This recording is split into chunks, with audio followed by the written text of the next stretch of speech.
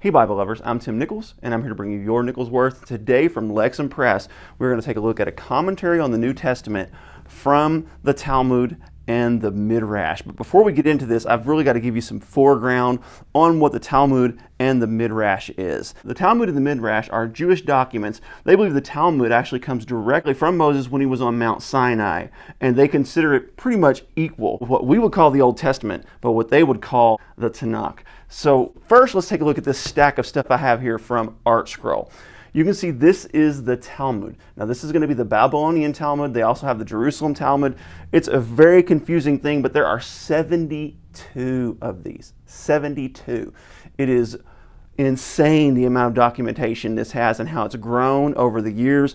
Also, I have all sorts of commentary from different books of the Bible. This is the entire Old Testament, different prophetic and writing books. And they have commentaries from Old Midrash and Talmudic sources and rabbinic sources and beyond. This is actually the Targum, which is the Old Testament paraphrased in Aramaic, now translated into English. And over here you have some of your poetic books, and then at the bottom is the Pirkei Avos. That's kind of like a book of wisdom. So the thing is, in order to get every Jewish resource you would need, in order to really get an adequate commentary on the Bible, you would need 72 of the Babylonian Talmud. It would be hundreds and hundreds of books costing thousands and thousands of dollars. And over time, the Jews would add more and more commentaries to explain their laws. There's two types of writings in the Talmud, and it is the Mishnah and the Gemara. The Mishnah is the original, and then the Gemara is sort of the explanation of the original in the Talmud, and that goes up to even 1000 AD.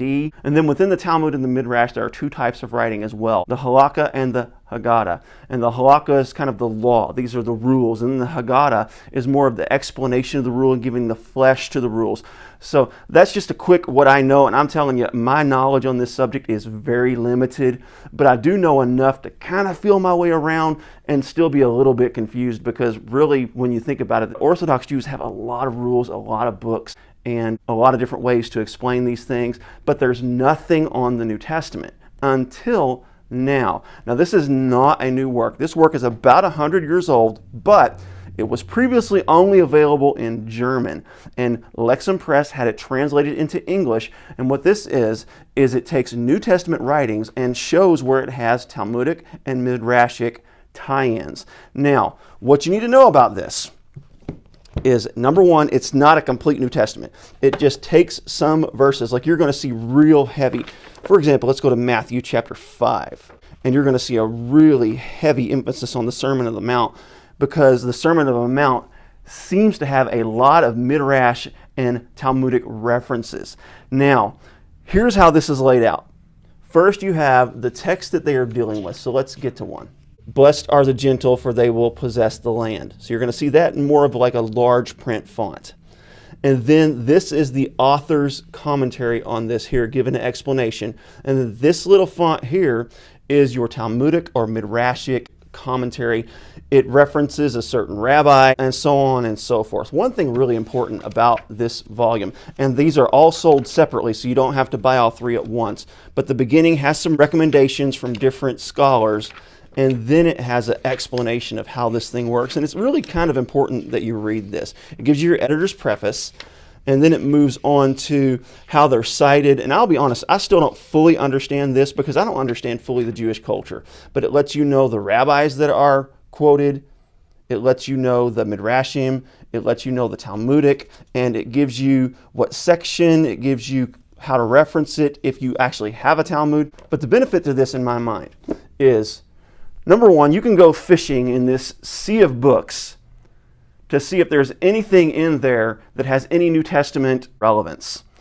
This kind of does the homework for you and lays it out for you to where the author is letting you know that these are possibilities. Now, a lot of times they will say this is speculation. These are possibilities of things that Jesus was referencing. For example, the Lord's Prayer is really fascinating in here, because the Lord's Prayer doesn't seem to be something Jesus just manufactured, but it was actually pulled from Jewish oral sources, potentially even Talmudic and Midrashic sources. Really nice. Now, the first one only deals with Matthew, and that's really interesting because Matthew seems to have a lot of the Old Testament references, and it has a lot of those like eye for an eye and tooth for a tooth, and what is Jesus talking about here?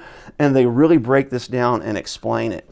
The second volume deals with the rest of the Gospels and the book of Acts. They also have some extras in there that I haven't quite got my head wrapped around, but I wanted to show you this resource because it's really cool.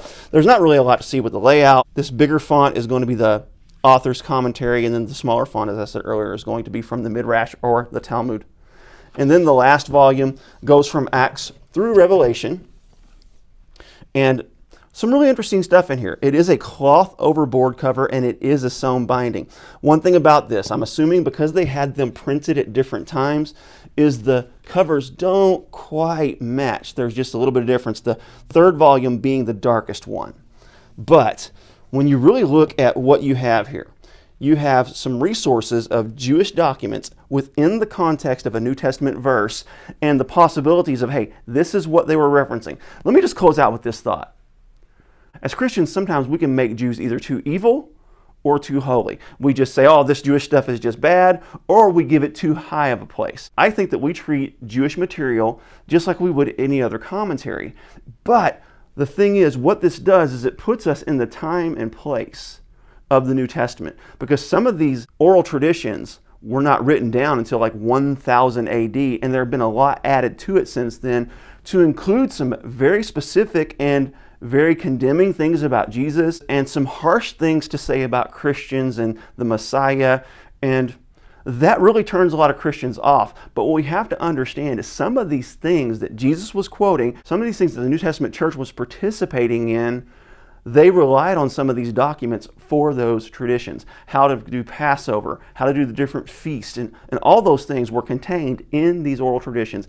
And I think there's value in there. We just need to put them in their proper place. They're not holy like the scriptures, but they're not evil like some Christians will paint them. I think this is a useful set and something that any Christian will benefit from, and it simplifies the process of finding out what Jesus was talking about when he was quoting certain things that we don't find in the scripture. This is a beneficial set. I highly recommend it. God bless you. Keep calm. Jesus on. This is your Nicholsworth.